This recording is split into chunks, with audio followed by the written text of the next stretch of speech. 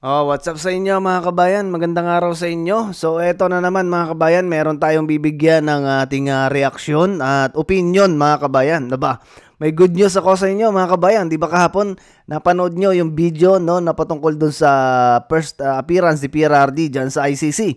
Aba, ay merong interview si PRRD mga kabayan na kung saan magilas na mga kabayan. Nandun na ulit yung kanyang kumbaga tigas mga kabayan. At may pakikita ko sa inyo, wala tayong masyadong kumbaga masasabi natin na magandang quality ng video, pero at least kahit papaano mga kabayan makikita, maririnig nyo yung boses niya. Unlike kahapon na medyo talagang kita natin na jet lag yung ating dating Pangulo, talagang pagod na pagod mga kabayan. Eto naman, unahin natin to si Senator Bongo mga kabayan. Oh, bago nga pala makakalimutan mga kabayan, kung di pa kayo nakasubscribe, mag-subscribe kayo. At sa mga nakasubscribe na, sa mga bagong subscribers natin, maraming salamat mga kabayan sa inyong suporta dito sa ating channel. So anyway, si Senator Bongo kasi mga kabayan ay naging emotional, no?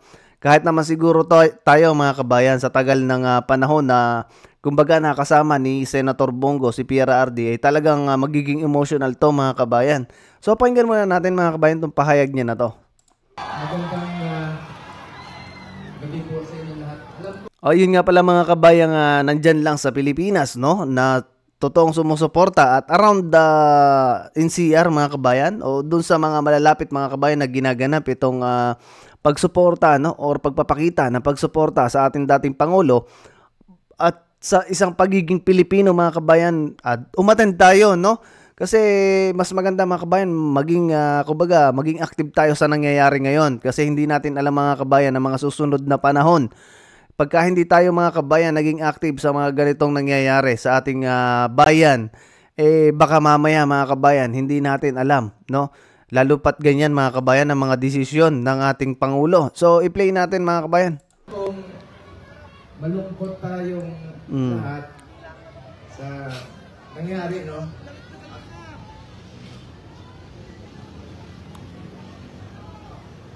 Daming tao mga kabayan.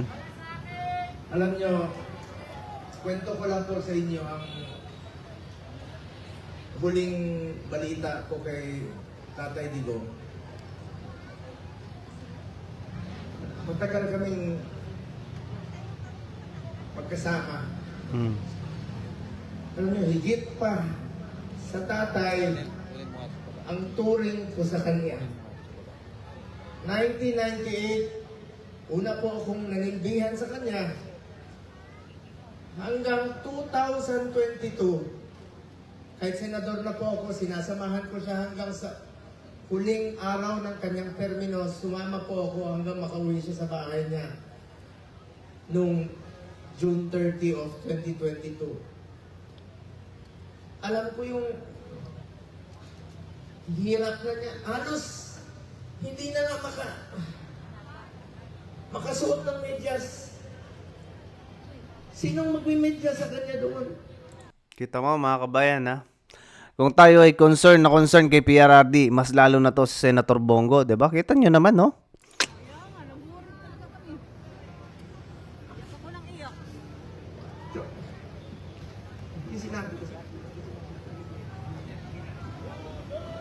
Napapaiyak si Senator Bongo sa sama ng loob. Kahit tayo mga kabayan, talagang si Attorney Mijaldea pagkatapos ng hearing nila at saka si Ma'am Hanilet. Kaya siya ganon siya magsalita. Dalawang dahilan, maaaring nag-a-adjust sa oras, at ang pinakamasakit sa lahat, yung sinabi sa akin ni Attorney Mijaldea na hindi binibigay sa kanya yung gamot niya. Uy, grabe mga kabayan. Ito yung hindi magandang balita, ano? Kung hindi na ibibigay yung gamot ni PRRD dyan sa facility ng ICC, aba tapos tayo dito ngayon. Alam niyo ba, hindi nga niya alam kung ano yung gamot na iniinom niya. Binibigay sa kanya ng nurse niya.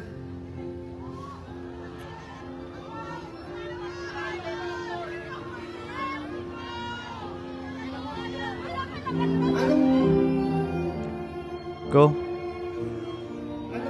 Sinabayan pa ng music mga kabayan. Talagang ano. Kung kaya nilang ipadala si Tatay Digong doon, gawan nyo ng paraan. Paano siya ibalik dito?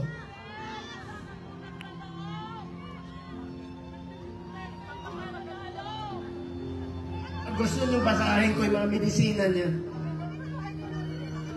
Ako,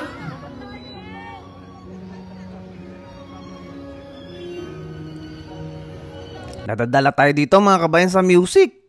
Sinabayan ng music na kumbaga, mas lalo tayong matatouch mga kabayan. Tayo ano muna natin to, medyo magano muna tayo mga kabayan kasi ako ay medyo na rin, nadadala na rin dito sa emotion mga kabayan. Baka tayo maiyak dito sa ating video. Minsan nagtitwitch yung kamay niya, sabi ni Bingbong Kakon. Grabe. Kaya pala nakita nyo mga kabayan yung kamay ni PRRD kahapon, no? Yung pala hindi na, kumbaga, hindi na kainom siguro ng gamot mga kabayan. At pangalawa, jet lag, no? Pagod. Isipin nyo, ang laki ng difference time ng Pilipinas at saka dyan sa Europa mga kabayan. Yung kamay niya gumagano, no? Tapos yung bibig niya mga kabayan gumaganon din, di ba? Tapos may mga tulunggis pa na Pilipino, mga kabayan, nasasabihin na si PRRD daw ay umurong na ang dila mga kabayan. Kita mo yan? Diba? Parang hindi kayo Pilipino. Kaya sa lahat ng mga politiko na nakinabang kayo sa panahon na pinansin kayo ni Tatay Digong. Totoo yan. 6 na taon kayong pinansin ni Tatay Digong. Yung iba dyan, pinupuntahan pa namin yung birthday. Makakatulog pa ba kayo? Tulungan nyo naman si Tatay Digong.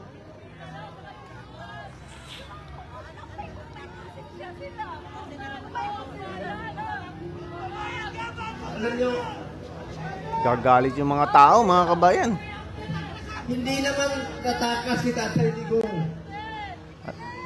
Alam niyo mga kabayan, itong ginawa na to ni BBM, no? Inihinto ko mga kabayan kasi nadadala ako dito sa sa emotion ni Senator Bongo. Alam niyo mga kabayan yung ginawa ni BBM, no? Ni Bungit mga kabayan sa ating dating pangulo. Kahit hindi na mga kabayan sa isang dating pangulo kahit na lang sa ituring na lang natin mga kabayan na Pilipino, no? Si PRRD. Alam niyo nung panahon ni PRRD mga kabayan, yung mga OFW na nagkaroon ng kaso, talagang ginagawa niya ng paraan mga kabayan, mapauwi lang si kabayan. Nasa ganon mga kabayan, hindi mapunta sa kapahamakan, 'di ba? Tapos ito si Bungit mga kabayan, yung sariling kapwa niya Pilipino, isusugba niya mga kabayan sa kapahamakan. Ito yung, mga kabayan, talagang kumbaga masasabi natin na hindi ko alam kung ano tumakbo sa utak ni Bungit mga kabayan, ba't ganyan yung naging desisyon niya. Unang-una mga kabayan, isipin ninyo, gumagana ang korte natin. Doon pa niya dadalhin sa ICC. Parang lumalabas mga kabayan, yung ating hudikatura napakahina. Tapos si Claire mga kabayan, sasabihin niya na mas okay daw doon sa ibang bansa ang maglitis kasi daw hindi daw mapopolitika. So ibig sabihin mga kabayan, yung ating pala ditong korte, no, sa bansa ng Pilipinas ay kumbaga napopolitika, ganon. So parang lumalabas mga kabayan, ang korte natin talagang corrupt din mga kabayan. Alam niyo, ang hirap magpaliwanag mga kabayan, no? Lalo na't ganito yung mga sitwasyon. Pero sana, no mga kabayan, sana si PRRD ay makauwi. Kasi kung yan mga kabayan ay may mangyayari dyan sa Netherlands, hindi ko alam mga kabayan kung anong magiging aksyon ng mga Pilipino, especially yung mga taga Mindanao mga kabayan, yung parting Visayas. Alam niyo, no? Bilib na bilib ako sa parting Mindanao kasi mga kabayan, talagang nakita nyo yung mas rally nila, no? Minsan lang sila mga kabayan mag-rally pero grabe, yung pagkasulido ng rally nila mga kabayan, mararamdaman mo na talagang yung suporta nila or pagmamahal nila kay PRRD, ganun-ganun na lang mga kabayan. Alam nyo, naisip-isip ko rin, no? Paano kaya kung hindi si PRRD tumakbo? Dadanasin niya kaya to mga kabayan? Alam niyo mga Pilipino pumilit kay PRRD na tumakbo at binoto rin natin mga kabayan nang siya ay naging pangulo, no? Tapos ito yung isusukli natin bilang isang Pilipino, mga kabayan. Alam niyo, ito lang yung kaya nating gawin, no? Ito lang yung kaya nating maipahayag, no? Ito lang yung kaya nating gawin na para may pagtanggol yung isang kababayan natin na dating Pangulo ng ating bansa na nagmalasakit mga kabayan sa ating mga Pilipino. Kasi tinupad lang niya mga kabayan yung ipinangako niya nung nangangampanya. So hindi natin pwedeng sisihin si PRRD kasi simula't simula mga kabayan, no? Yun na yung sinasabi niya. Ayaw niya sa droga, tumigil kayo kasi mamamatay kayo diyan. Ayaw niya sa corruption. 'Di ba mga kabayan? Yan yung ipinangako niya sa ating bansa. At na-deliver niya mga kabayan. Isipin ninyo, ilang taon mga kabayan na naging ganyan ang Pilipinas, na talamak sa droga, talamak sa mga illegal, talamak ang korupsyon. Nung pumasok siya mga kabayan, rooted na mga kabayan sa bansa natin, no? Buti nga't dumating si PRRD, kung hindi mga kabayan, baka narco state na tayo. Kita ninyo mga kabayan, ngayon ano nangyayari sa bansa natin? Bukod sa talamak na ang korupsyon, talamak na ang kriminal, isipin ninyo mga kabayan, 6 months years old babies, ginahasa ng tatay niya. Mapapanood nyo yun sa balita ng ABS-CBN. Kababalita lang mga kabayan. Yan na ngayon ang nangyayari sa sistema ng pamamahala ni Bungit mga kabayan. Tapos sisisihin ninyo na mas pabor kami. Pasensya na kayo mga kabayan ha, kasi gusto ko lang ilabas din yung saloobin ko, no, dito sa nangyayari na to mga kabayan.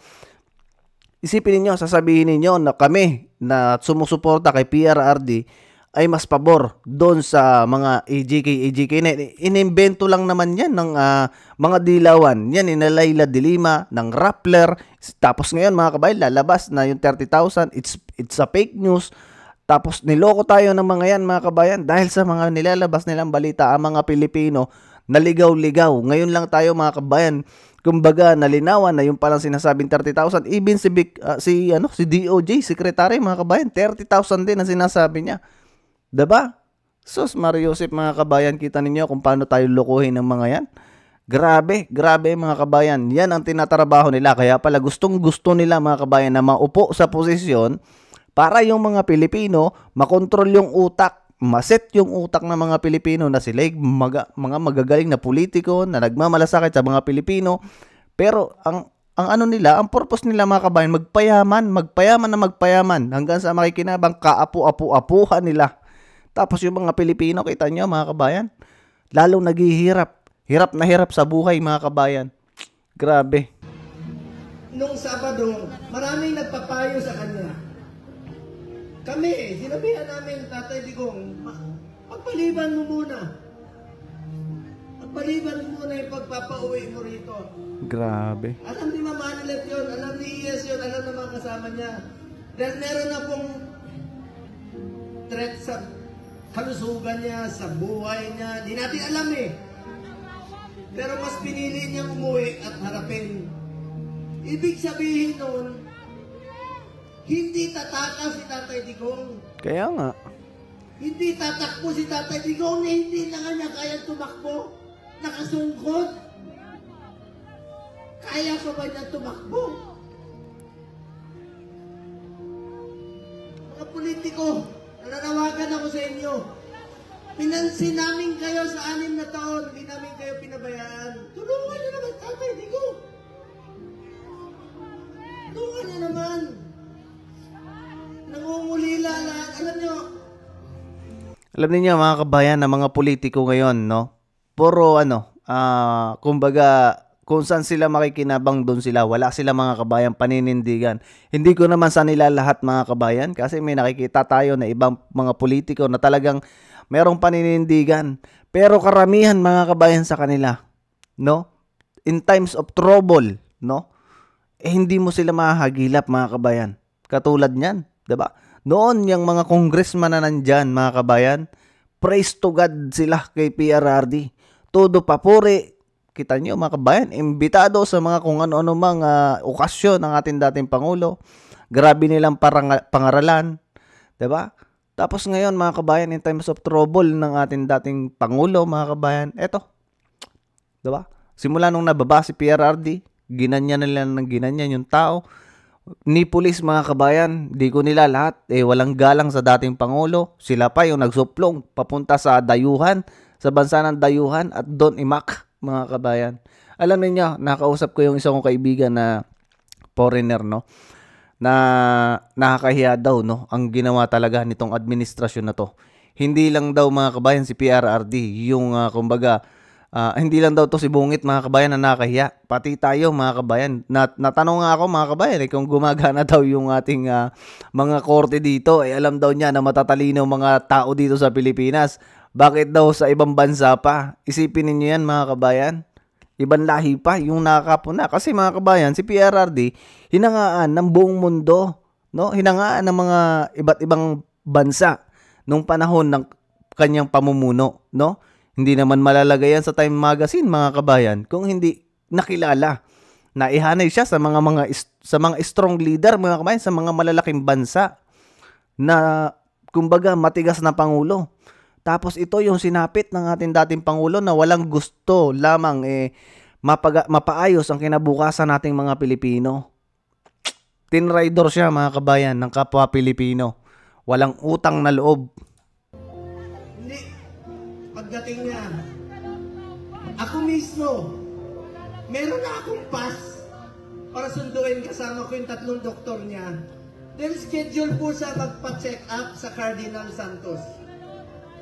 Then, bagamat since 2022, di na kami alam nyo, 1998 hanggang 2022, halos araw-araw kami magkasama. 360 days, out of 365 days, magkasama kami. Kaya nga. Mga kabayan, itong kay Senator Bongo, no? Puntahan niyo na lang yung kanyang Facebook page, no? At may gusto ako sa inyo ipakita, mga kabayan. Alam niyo, ito yung ayaw na ayaw ng mga taong galit kay PRRD. Ito mga kabayan, si PRRD, ganto niya kamahal, no? Ang mga kabataan at ang ating bansa. Ipakikita ko sa inyo mga kabayan.